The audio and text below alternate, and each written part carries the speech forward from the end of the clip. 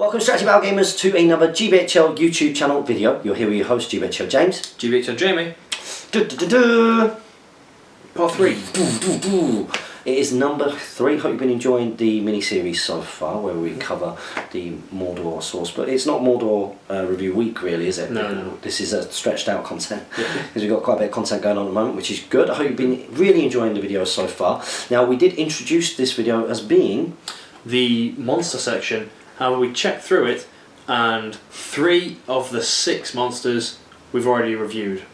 So we'll point you to their videos, but we might just try and wrap the troops into this one as well. Yeah, so we'll see how we get on for otherwise it'd be like a 5-minute, 10-minute video. Yeah. You know, we don't do 5-minute content videos. Nah, it's not gotta anymore. Be at least 20. Not anymore. That's what we're going for here. Yeah. So who do we start off with? We start off with the Spider Queen because she is next on the page after the last episode. And that's how we do these things. There's no other kind of order. There's no planning involved in this. Yeah. Until the very end of the episode, we go, oh, we should actually do this with them. Now, have we seen Spider Queen before? We have. We've seen them in the Moria video. We've actually seen quite a lot of the monsters we're going to review in the Moria section as well. So head on over there to check out these ones. You also get the next 2, the Dragon and the Cave Drake. They're both in Moria as well. So go over, check out Spider Queen, Dragon and Cave Drake. I know you were quite keen to talk about the dragon again. I know, I do love dragons. Double dragon. Double dragon. You could double up dragon it. Are they going to be making an appearance at 7 Stones? the 7 Stones SBG Doubles event, which is coming on the The bank holiday weekend in End of May? End of May? Yeah. Fantastic. Something so that you guys to all look forward to, where you get to... Sure, we mentioned on the plan here, so check that out. I doubt it. I doubt they'll mention. They never mention anything like that. Just tea toasts. Just tea toasts. So, the first monster from the Mordor book that we've not mentioned before is the Mordor Troll Chieftain. Mordor Troll Chieftain. A horribly scary thing to come up against. Yeah, and they're out there. There's a few. There are lots of them out there. So, 140 points. So, sort of biggish hero level, which you'd expect from a hero troll. Fight 7. Strength 7. Defense 8. 3 attacks, 3 wounds, courage 4, 2 might, 1 will, 1 fate. That's incredible. It's a great profile. Great profile. Especially coupled with the last episode's Taskmaster. They usually see one of them standing behind this guy as he heroic combats his way to glory. Yeah. He's a beast. Fight 7. That means that you're going to be able to really take on other heroes, especially when you've got Strength 7. Yeah. And not to mention the fact that you've also got all of the brutal power attacks. Hero brutal power attacks. Rending people, he can kill a hero very easily with 3 attacks. So you can. 3 wounds at defense 8. It's tough. Yeah, most things are going to need 65 floors. Yeah, 65 floors. He causes terror, and he has throw stones, which works exactly the same way as a crossbow. It's 12 inches with strength 8, but hits on a 5+. Now it's one of those things. Throw stones. You see this with Ents and the like as well. It's one of those things that's useful to have, and it's got a nice theme to it. Yeah. But you tend to see quite inexperienced players standing back with something like this, doing that, thinking it looks great, when the real wonders are in that stat line. On the stat line in combat, yeah. And in combat. Now we do see quite a few of these guys around because they are good, but one of the issues I've certainly seen with them is that you try and ignore. He's going to take up a lot of points for your opponent. So if you can break your opponent, that's the thing. Courage 4. Not affected by Fury, not affected by any other heroes. So Courage 4 is with 1 will. They might stick around for a little bit and then they'll just bugger off one turn. Yeah, certainly will. So it's a good way of getting rid of that guy. But very good, nice model as well. Next up, we've got the Great Beast of Gorgoroth. Oh wow! This is a whole page dedicated to this model. So, 125 points. Seems quite cheap for what is effectively a mini bullock, yeah? Yep, this is a troop, by the way. So 125 points for 1 troop that will take up 1 slot in your warband. He is movement 8, so a little bit faster, but not as fast as cavalry. Fight 3 with a 6+ shoot value for the beast itself, which is irrelevant because it's another armed bow weapon. Strength 6, defense 7, 3 attacks, 4 wounds, courage 2 for the beast. Okay. So stats there. Again, low courage. Low courage, low fight value. Low fight value. Of course, if he is winning a combat here, he's doing some damage. He's a monster, so he can rend and hurl and bash and barge. Yeah. Composition. A Great Beast of Gorgoroth consists of the Great Beast itself, which is a monstrous mount. So it gets the charge bonuses, so he goes to 4 attacks on the charge, And gets all the knockdown. Gets all the knockdown. Brilliant. An Orc Warrior Rider with armour and spear who controls the mount, and 9 Orc Warrior passengers with armour and Orc bows who ride on the battle platform.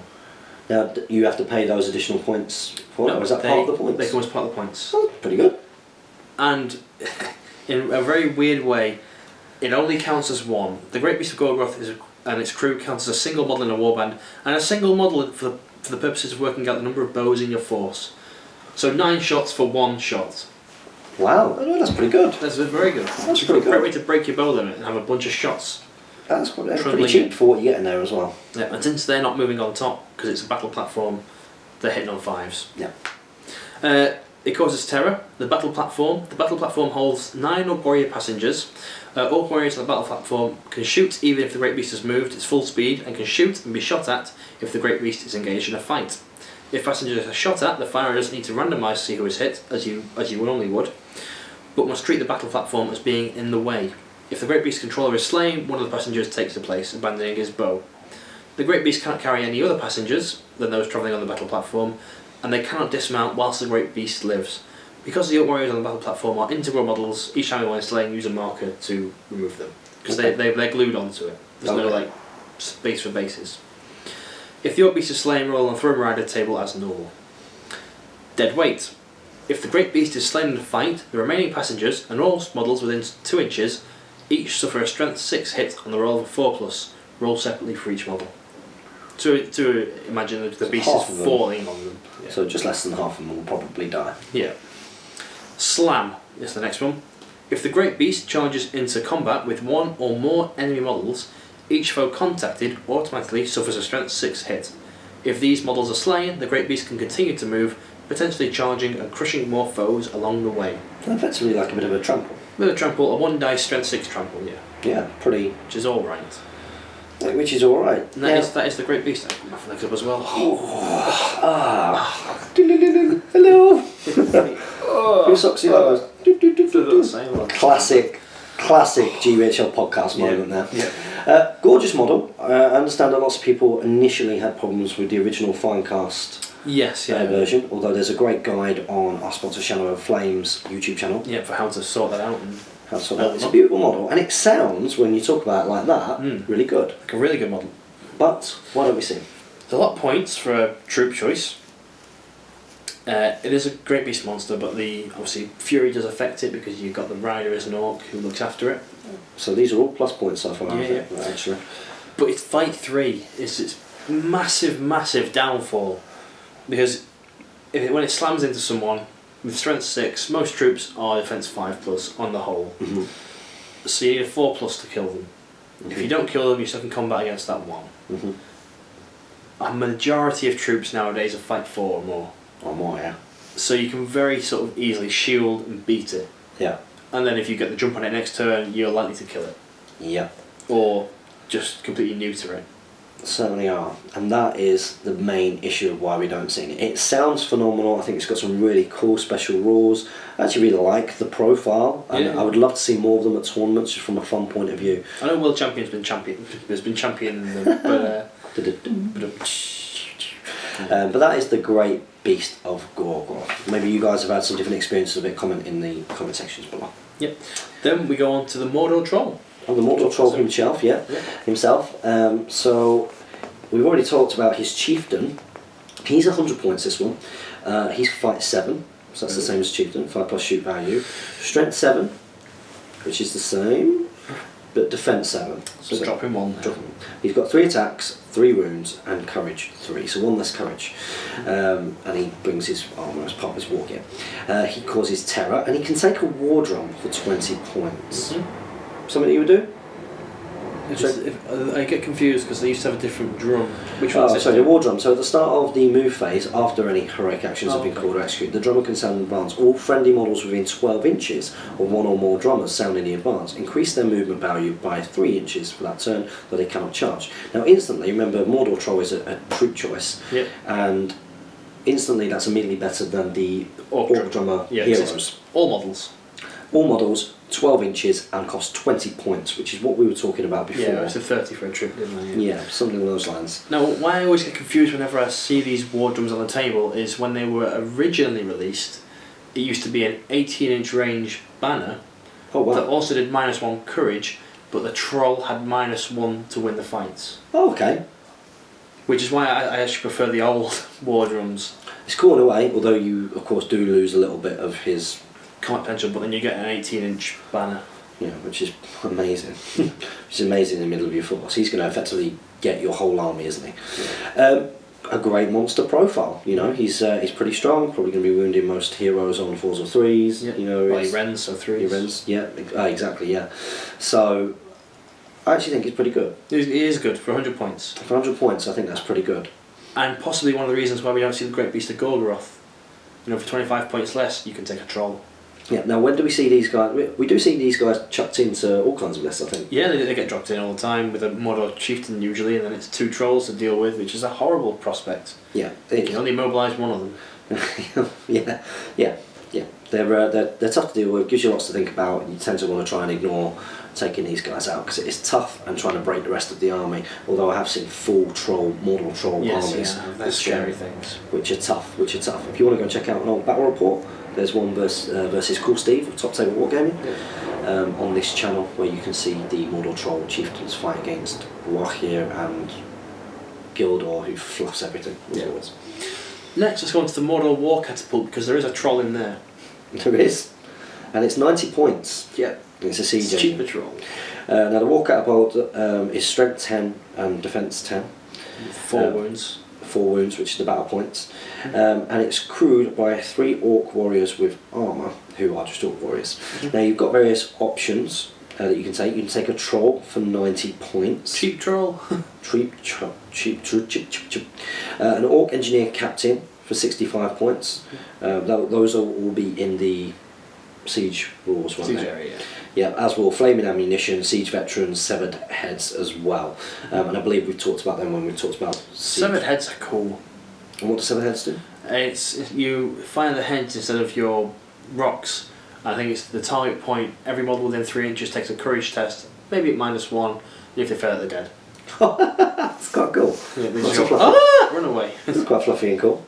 Now you can take additional crew for 5 points each, or you can replace any of the Orc warriors with a black Numenorean crew equipped with heavy armour and shields for 4 points each, sort of on top, which is pretty good. Now it's got special rules here. Indirect fire, a War Catapult always follows the rules for volley fire, which is of course an old rule, giving it a range of 18 to 96 inches. Oh, 18, so it's got a minimum range. Okay, cool. When firing a War Catapult, follow the rules for siege engines in the main rules manual, so go check that out. With the following exceptions, a War Catapult hits the target on a roll of a 4+. If a hit is rolled and the target is a siege target, the shot will hit it automatically. No scattering.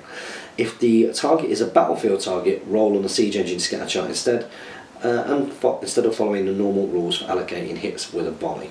Okay, and it's got an area of effect. If a catapult scores a hit against a battlefield target, all models within 2 inches of the target take a hit of a strength 6. This hit does not kill battlefield targets outright. Yeah. There we go. So Mordor War Catapults, we don't see. Don't see them, no. However, they are great, as well as are the Mordor siege bows, for dealing with smell. Yes. Strength 10. If he didn't get ruled that one way, it would have instant killed him. Yeah. If you're 6 to hit. Yeah. So there you go. And one of the reasons, of course, it's taken up a lot of points. Yeah. Going to be massively reliable in that defence sense, but also the minimum range with the deployment. They've taken away the rules for trolls. Used to be able, when you took a troll, you used to be able to fire twice in a turn. No, that'd be quite cool. Yeah. That'd be quite It's good. a shame. That'd be quite good. So there we go. That is the Mordor War Catapult, and that takes us towards the end Of the monsters. of the We monsters. might as well throw in the Mordor siege bow and get the siege weapons done in this as well. Let's do it. Let's Yeah. do it. I'm going to give that to Giblin. Cool. I don't like talking about sieges. No, I've got no idea what they are. Me either. So Mordor siege bow, 50 points. The siege bow itself is strength 9, defense 10 with 3 wounds, and is crewed by 2 Orc warriors with armour. So we talked about them previously. No, we haven't yet. We have done it in the animal section. You can take an engineer captain for 65 points, flaming ammunition for 15, and additional Orc crews for 5 points each. It has piercing shot special rule, so if shooting at a battlefield target, the missile can conceivably hit several enemies as it pierces through the ranks. The target model is struck 1 blow at the strength of the siege engine, strength 9. It is knocked to the ground and flung 2d6 directly away. All the models suffer a single strength 6 hit if they are strength 5 or less and are knocked to the ground. If the propelled model hits an obstacle or siege target, it immediately stops and inflicts a single strength 6 hit upon it. And it's accurate, so when you scatter, only scatter 3 inches rather than 6. Pretty decent, also very good for taking down Smile. There you go. There you go, and we don't tend to see many of those, it has to be said, or any of the siege-based equipment. But that kind of wraps up a bit of a slightly shorter video, but because of the number of troops, we probably won't get the next video into this one. Yep. It's this one. So, hope you enjoyed that, talking a little bit about the monsters, signposting you to the ones that we've already talked about at various points. Don't forget to comment, like, share and subscribe. Support your Hobbit hosts, like clicking the links below. Sorry, there's some little kids out. I can see a little shouts. I might have to go out with my brush and doom in. Yeah, don't forget to support your Hobbit hosts and like us on Facebook and follow us on Twitter. Support your Hobbit hobby. And happy strategy battle gaming. Let's go do 'em!